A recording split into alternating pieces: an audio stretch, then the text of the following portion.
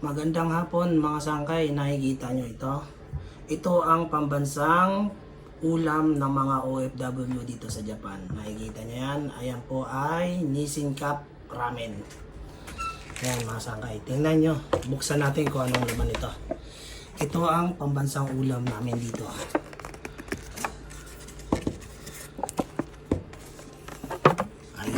Ayan ang laman niya mga sangkay. Gagawin lang natin dyan, lagyan lang natin ng mainit na tubig, tapos chow-chow na. Ayan na yung tubig, 100%. Lagyan na natin yan mga sangkay. Tapos takpan lang natin ng mga 3 minutes. Kainan na. Yun lang mga sangkay, kung nagustuhan nyo mga ganitong content, follow nyo lang po ako sa aking Facebook account, ganoon din po sa aking YouTube channel para masundan nyo pa po yung mga susunod kong i-upload. Maraming salamat mga sangkay, God bless.